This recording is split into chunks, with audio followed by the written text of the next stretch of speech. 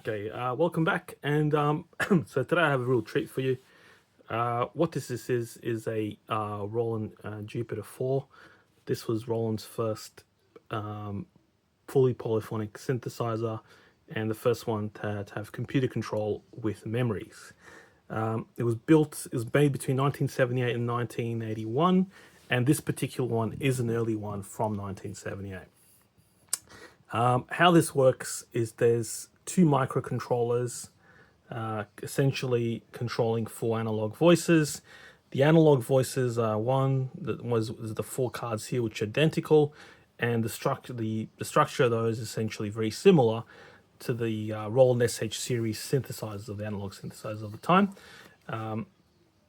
Down here is one microcontroller, which is an 8048, originally by Intel. It runs the 011 indicates the firmware that it has the key assigner firmware. This reads the keyboard digitally. It generates the control voltages for the pitch, as well as the gates that come out here. It also does the portamento, which is the four blue painted chips, the blue painted single inline chips here. They're BA62s. If you have a problem with these, that if any of those dies, getting the portamento to work correctly again is very difficult because they have to be matched to each other. This also does the arpeggiator, and this particular machine had a problem where the arpeggiator didn't work.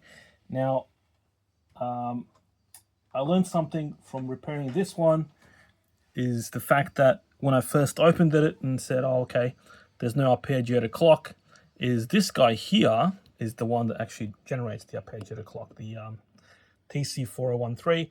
Now, a 4013 is extremely common chip. You can buy a J car. It's dual D-type flip-flop, right?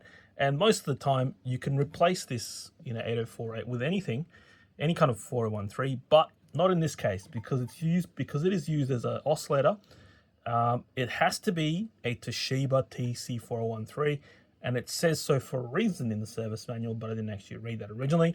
And it has to be a TC4013 from the 70s because they actually fixed it in the 80s. So that if you get an 80s one, it'll behave like a normal one that you can buy today, but it won't work as an oscillator in this case because of something in the truth table, which is not standard on the old ones. So when I first looked at this, the clock show didn't work. There's no clock coming out of it, out of this guy. It wasn't because this chip was faulty. My chip tester said it was fine. Is because of issues on the panel, and which is a very common failure point on a lot of the Roland on the Jupiter 4, is because the traces on the panels are very thin. So coming back around, okay, that's the assigner board. You've got the main board, which is underneath. And is a cause for a lot of stability issues, which I'll talk about later. The other 8048 is over here. It says 012.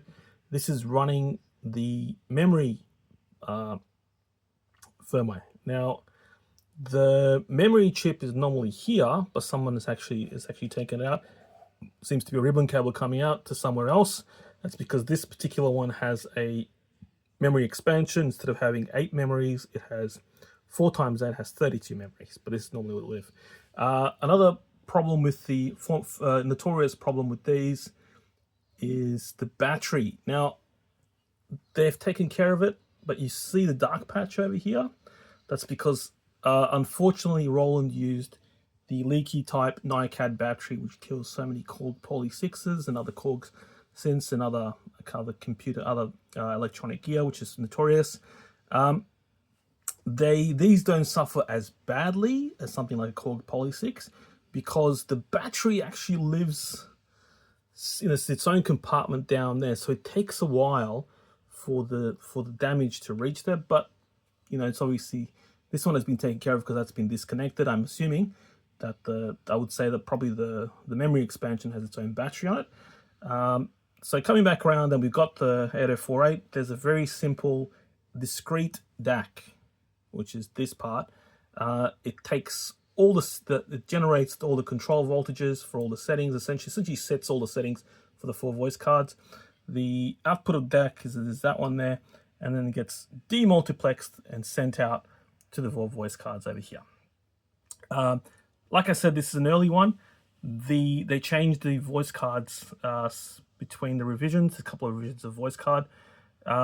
This is one of the most Roland synths are easy to work on as a service. One of the exceptions is this one. If you have to probe any of those cards, it's a very difficult thing to do because of the way it's put together. Also, getting the board out, you have to take everything apart. It's not an easy synth to work on at all. It is an early one, like I said. The card inside has instead of using an IR3109 for the filter, which was later, they used 4 BA662s again, OTAs as individual filter stages, 4-pole filter, 4 OTA stages. This is exactly the same that the filter you get on the SH2 and SH9. And the earlier ones sound a little bit spicier compared to the later ones. I have my own Jupiter 4, hence I know them fairly well. But my Jupiter 4 is the later one with the IR3109. It sounds a little bit smoother and a little bit less sharp in the filter. So, whether it's a good thing or a bad thing, hard to say. However, this tuning on these is also a little bit more unstable than the later ones. The difference is not, I can't hear a very large difference in the tuning compared to my one, but you can hear the difference in the filter though, definitely. So the demultiplexer, we have the module controller card in the front. Pretty bog standard power supply over here. It's been recapped already. The plus or minus 15 volt is generated using the LM723, which is still in production. There's also a 7805 somewhere, I think, somewhere hiding in there. That usually needs a little bit of attention, so this one needs attention. Over here is the modulator section. Underneath is the ensemble board that holds the chorus, and up here we've got the panel boards, which most of the problems, very common problem with Roland Jupiter 4, these panel boards that cause all sorts of issues because the traces are very thin. So that bodge wire is my doing. That fixed the modulation not working, but there was extra bodge wires done by somebody else who actually caused the arpeggiator not to work.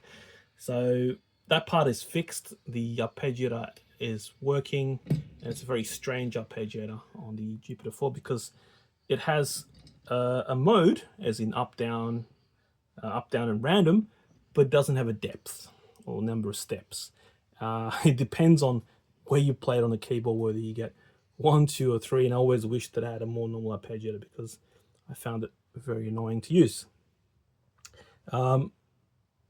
The other things that commonly needs to be done on these, because it's an early one, is you see these purple capacitors. Well, they tend to leak, and indeed this one has some leaky ones. Whether the only ones to do that at this stage, I'll have to consult with him, but I will at least do the ones that are obviously leaking. So the fault with this particular one was the arpeggiator not working, and the filter modulation, the modulation didn't work at all.